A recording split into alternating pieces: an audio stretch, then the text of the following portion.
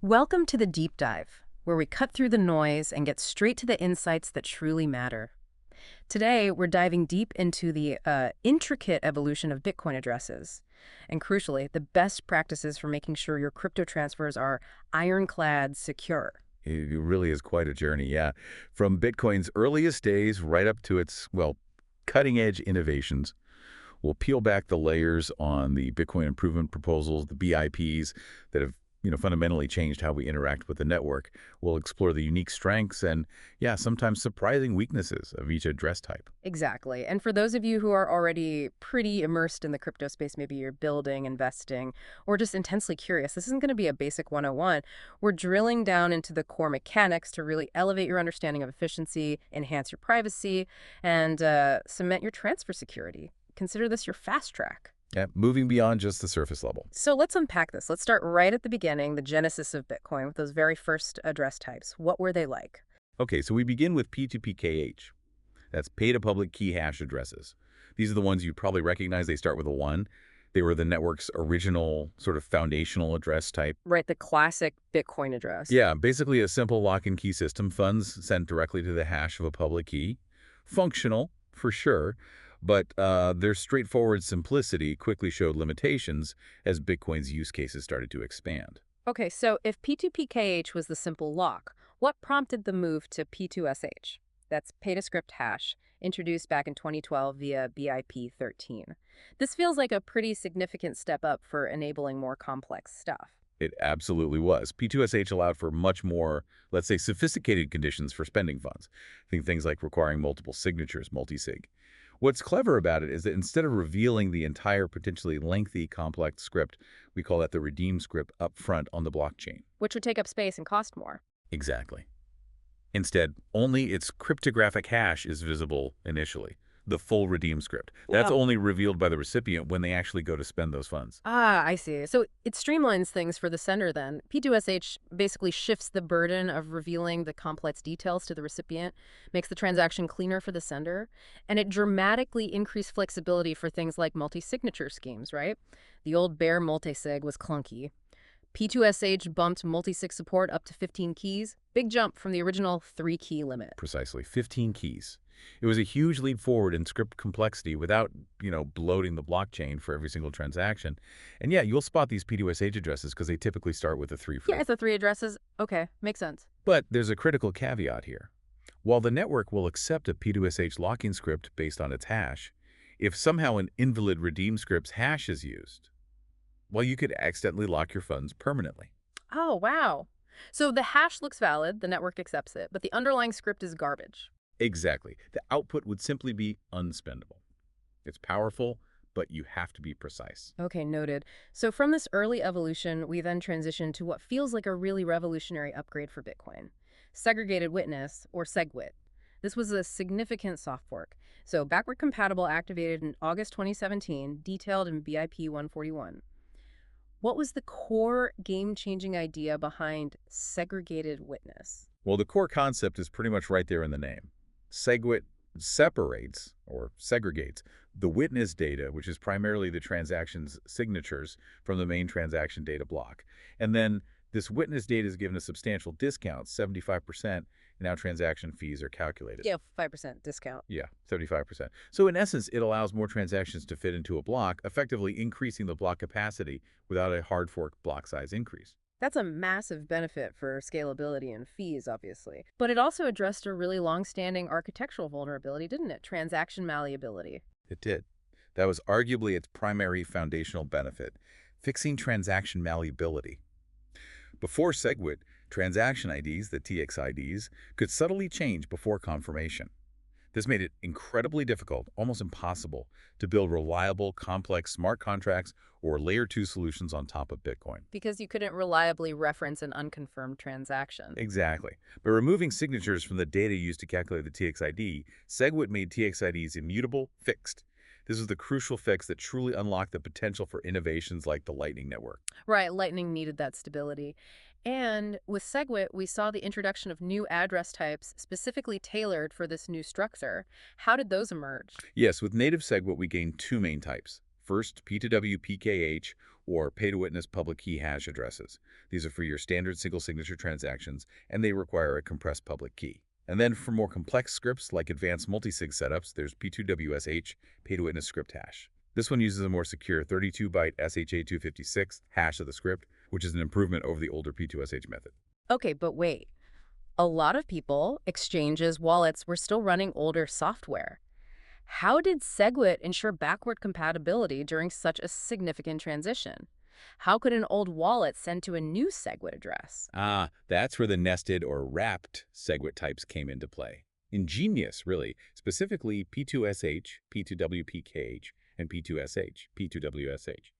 These allowed users with older wallets, ones not yet fully SegWit aware, to send funds to addresses that still began with the 3. So they look like the familiar P2SH addresses. Exactly. They look just like P2SH addresses to the sender. But on the recipient side, they could spend those funds using SegWit rules, leveraging those fee benefits we talked about. It was a very clever bridge to the future, easing adoption. That is clever, a smooth transition path. And speaking of the future, that brings us neatly to native SegWit's standard for addresses, BEC32. Right, BEC32, specified by BIP 0173 and later updated by BIP 0350. This is the current standard for native SegWit addresses. You'll recognize them instantly because they start with BC1 and, importantly, are entirely lowercase. All lowercase, yeah. That makes them easier to read. It does. And that format significantly improves readability, but, crucially, also error detection capabilities. It uses a robust BCH error detection algorithm that's Bose-Choudhury-Hockenham, not Bitcoin Cash, by the way. Okay, good clarification. Yes.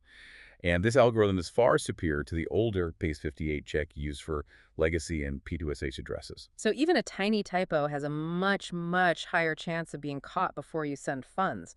That's a massive user experience and security improvement right there. Absolutely. A huge step up.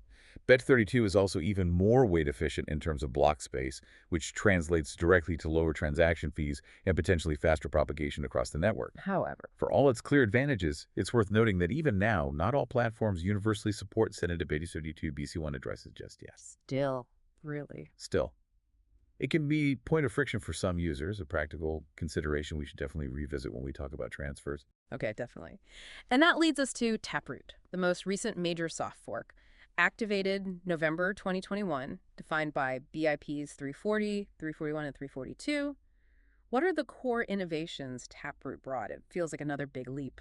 Taproot is a really holistic upgrade. It integrates several powerful innovations all at once. You've got Schnorr signatures, which are known for their linearity and aggregation capabilities. We'll come back to aggregation later, I bet. Definitely. Then there's Merkleized abstract syntax trees, or MAST, for much more efficient handling of complex scripts with multiple conditions. And finally, TapScript, which is its new scripting language. The addresses themselves, P2TR or Pay-to-Taproot, are simply version 1 SegWit outputs, and naturally they also use that efficient BEC32 encoding. Okay, so Taproot builds on SegWit. Now this is where it gets really interesting for privacy and efficiency, from what I understand. Taproot introduced distinct spending paths, didn't it? It did, yeah. There are two primary spending paths. The preferred one, the most private and efficient, is the key path spend. What's truly transformative here is that even highly complex transactions, think multi-signature setups, or smart contracts like closing a Lightning Network channel, can appear on the blockchain as just a simple, single signature transaction. Wait, so from an outside observer's perspective, looking at the blockchain, you can't tell if it was a simple payment or some complex multi-party contract settlement. Exactly. The true complexity is completely hidden in the usual case. This massively enhances fungibility, making complex transactions indistinguishable from simple ones, which benefits all Bitcoin users' privacy. Wow. Okay, that's a significant privacy boost for complex interactions. What's the alternative path? The alternative is the script path spend.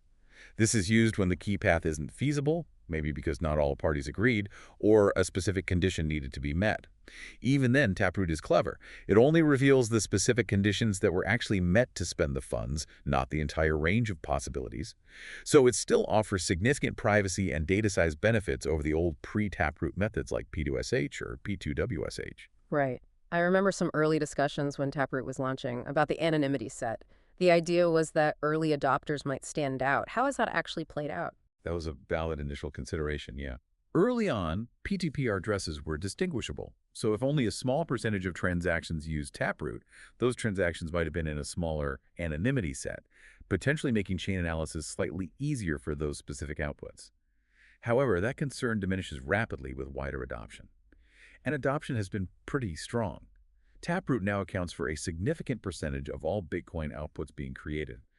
As more and more transactions blend in using Taproot for both simple and complex spends, blockchain analysis becomes progressively harder. It improves overall privacy and fungibility for everyone on the network. Okay, that makes sense. Adoption smooths out those initial bumps. So we've traced the evolution of the addresses themselves, which is fascinating. But looking ahead, there's another really exciting proposed enhancement that builds directly on Taproot's foundation. Cross-input signature aggregation, or CISA. What's the core idea behind CISA? CISA is essentially about taking multiple Schnorr signatures. Remember, Taproot enabled Schnorr from different transaction inputs or potentially even across multiple transactions and aggregating them, combining them into one much smaller, highly efficient signature. Okay, leveraging that linearity of Schnorr signatures you mentioned. Exactly. It's a direct, powerful evolution enabled by Taproot. And what does this mean in practical terms for someone using Bitcoin? What are the anticipated benefits? It promises some pretty significant benefits. First, substantial cost savings. By allowing multiple signatures to be combined into one, CISA could dramatically reduce the overall transaction size, especially for transactions with many inputs. This directly translates to lower fees for users. Think about coin joins, pay joins, or those big consolidation transactions that exchanges often do. CISA could make those much, much cheaper. Right, fewer bytes on the blockchain equals lower fees, and this clearly has a privacy angle as well, doesn't it? Making those privacy tools cheaper. Absolutely. That's a key point. By making collaborative privacy tools like CoinJoin and PayJoin significantly cheaper to execute, CISA creates a strong economic incentive for their broader adoption. And wider adoption of those tools strengthens overall network fungibility as more transactions start looking similar on-chain. Beyond that, it offers considerable efficiency gains for Bitcoin nodes by reducing the computational work needed to verify potentially hundreds of individual signatures down to just verifying one aggregated signature. That sounds great. Now, when we talk about aggregating signatures, I understand there are different technical approaches, right? Like full versus half aggregation. Yeah, there are different flavors being researched. There's full aggregation. This is generally an interactive approach where all the participants, all the signers, collaboratively produce a single maximally compressed 64-byte Schnorr signature, regardless of how many inputs there were. The challenge here is a coordination. It typically requires all signers to be online and cooperative at the same time, and it can be vulnerable if any participant is malicious or just drops out mid-process. Developing robust multi-party computation protocols like music2 or Frost to handle this reliably is a big area of ongoing research. Okay, so full aggregation is powerful but complex. Is there a simpler option? There is. That would be half aggregation. This is the non-interactive method. Any third party, even someone not involved in the transaction, can take multiple individual Schnorr signatures and combine them into an aggregate signature that's roughly half the original total size. It's simpler to implement because it doesn't require that active real-time cooperation from all the signers. I see. Less compression than full aggregation, but easier to achieve.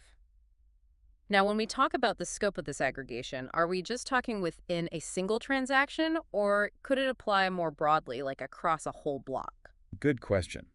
The most realistic and commonly discussed approach, certainly in the near term, is transaction-wide aggregation.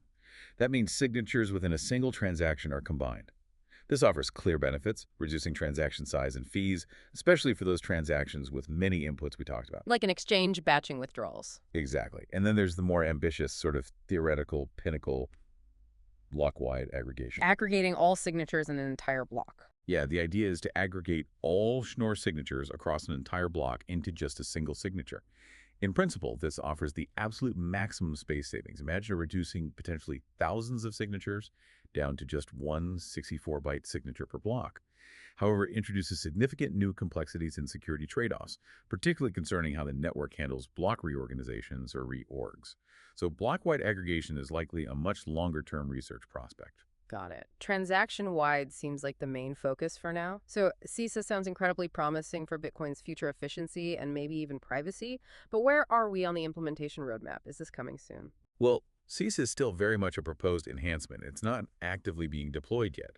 It would require a new SegWit version, probably SegWit v2, implemented via another soft fork upgrade to the network. And it needs extensive cryptographic research and peer review to ensure its security and efficiency are absolutely nailed down.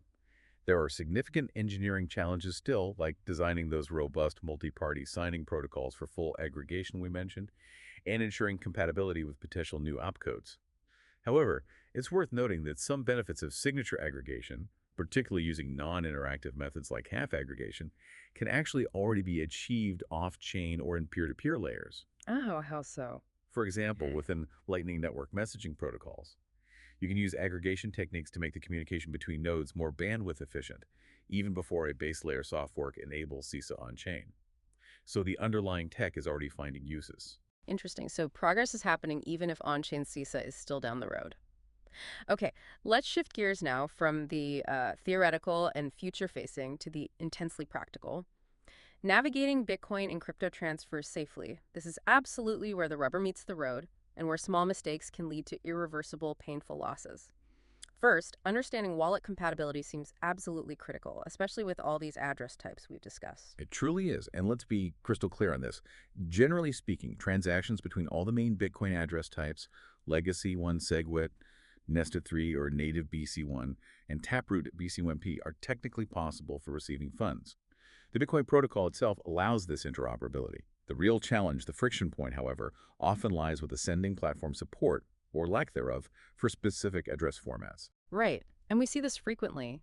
For example, someone might be using a platform like Robinhood or maybe an older exchange, and they want to withdraw their Bitcoin to their shiny new hardware wallet's native SegWit BC1 address, and they discover that the platform just doesn't allow withdrawals to BC1 addresses yet, which can be super frustrating and maybe a bit concerning. Exactly. In that kind of scenario where the sending platform has limitations, the most secure and recommended transfer strategy is usually a two-step process. First, send your funds from the restrictive platform to a compatible address type that it does support, but one that's controlled by your hardware wallet.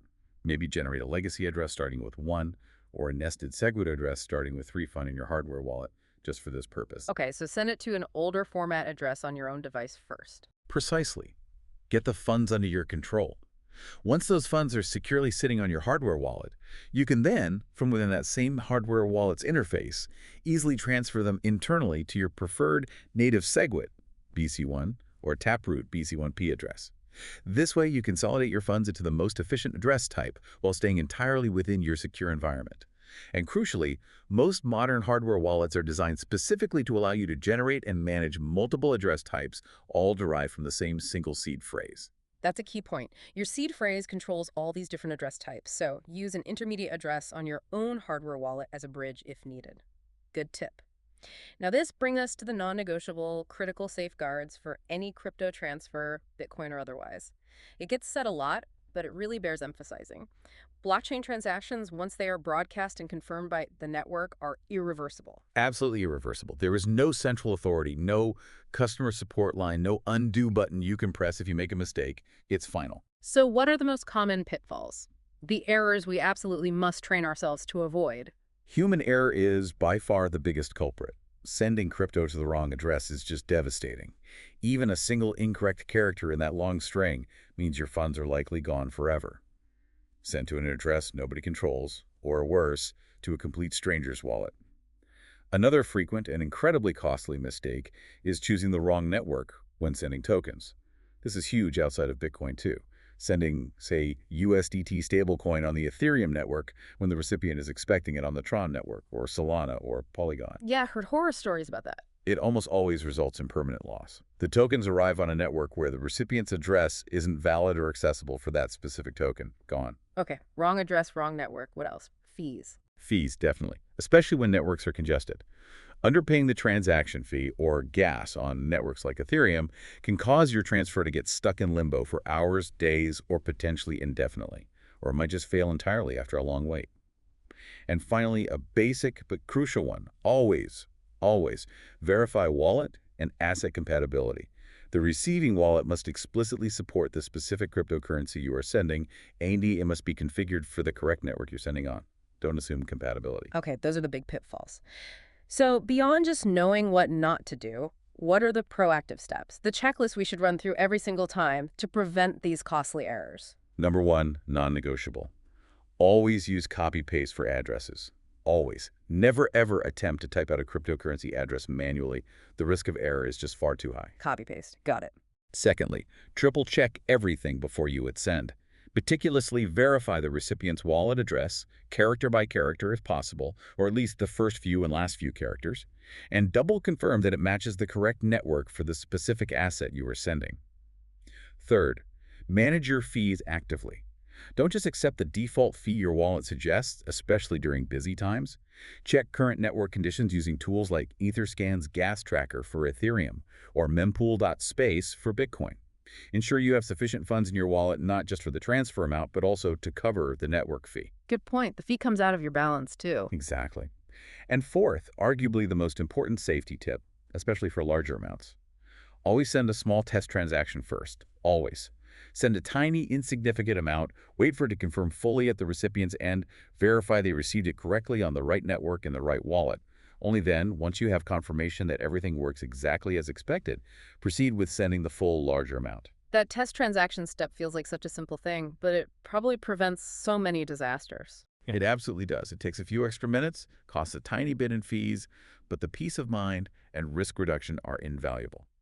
And finally, it sounds simple, but just avoid rushing. Yeah, slow down. Absolutely. So many costly mistakes in crypto transfers happen because people are in a hurry, feeling pressured, or just distracted.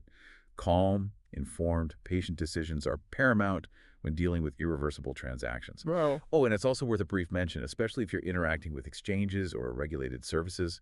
Beware of regulatory considerations like the travel rule. Ah, yes, the data sharing requirements. Right. For transfers involving virtual asset service providers, VASPs, this rule might require sharing sender and recipient information. Mismatches in data, or sometimes transfers directly to newly created, unverified, self-hosted wallets, can occasionally lead to compliance flags, delays, or even temporary blocks on the transfer. Just something to be aware of in that context. Okay, good to know. And once you finally hit send, hopefully after doing a test transaction, how do you verify its status? How do you track it? Use a block explorer. That's your window onto the blockchain. For Bitcoin, something like mempool.space or Blockstream Explorer. For Ethereum and related tokens, Etherscan is the standard.